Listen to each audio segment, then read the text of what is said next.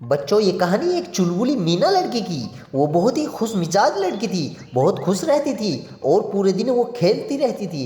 वो सुबह सुबह उठती है और अपनी अम्मी के पास जाती है और कहती है मुझे खाना दो। खाने में क्या है? उसकी अम्मी कहती है कि अंडा मांस मछली है, तुम क्या खाओगी?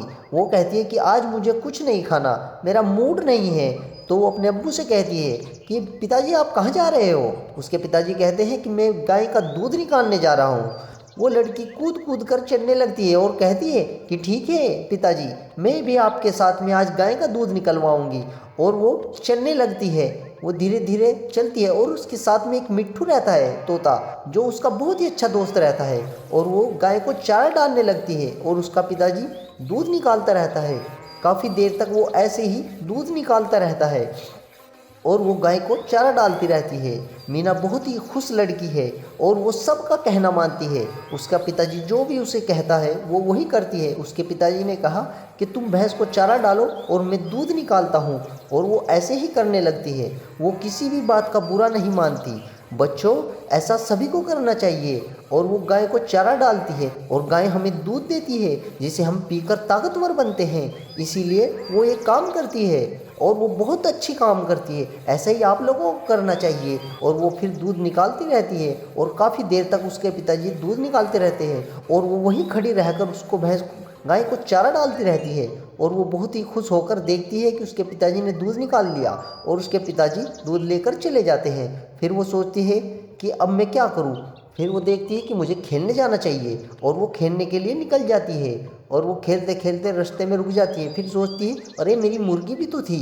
और वो मुर्गी को सामने देखती है और उसकी मुर्गी सामने फिरती रहती है। वो सोचती है कि चलो इसको पकड़ कर मैं इसको बंद कर देती हूँ।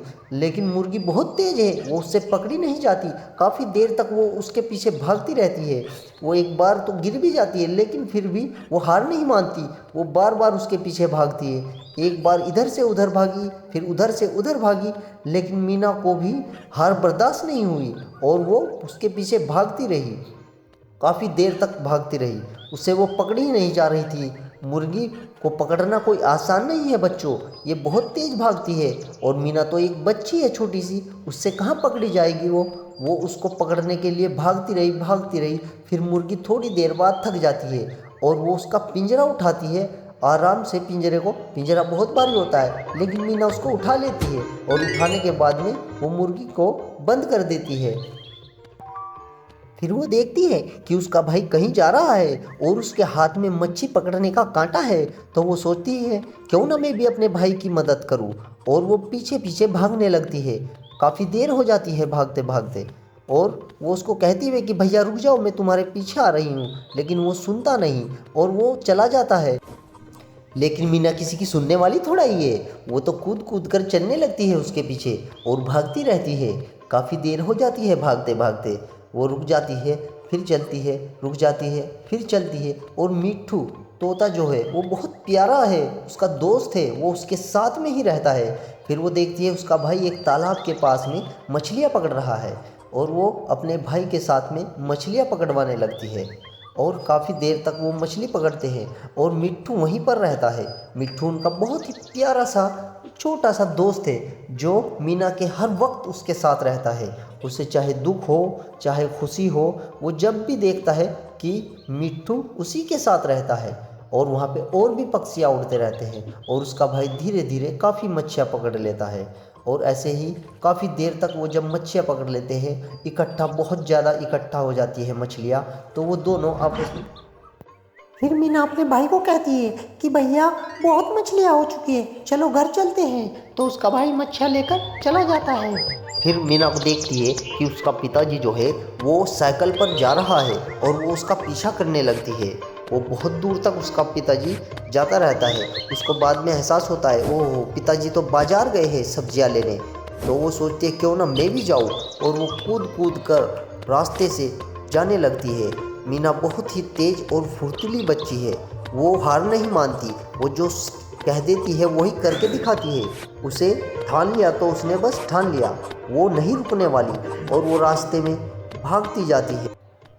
आखिरकार मार्केट आ जाती है और उसके पिताजी वहाँ पर सब्जियाँ खरीद रहे थे और वो देखकर चौकन्ना हो जाती है और कहती है पिताजी आप मुझे छोड़कर आ गए।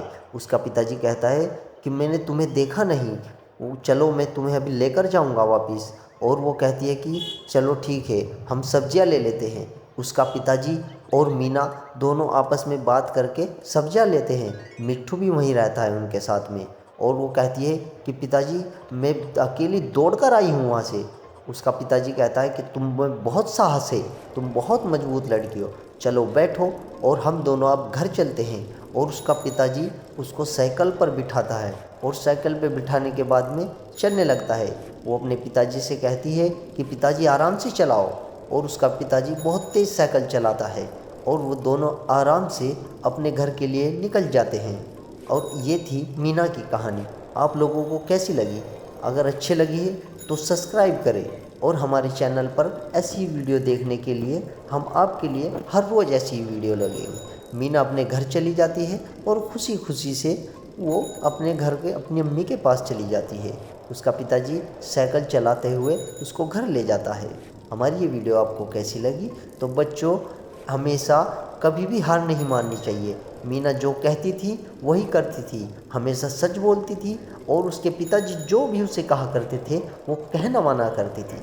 वो कभी भी गलत काम नहीं करती थी।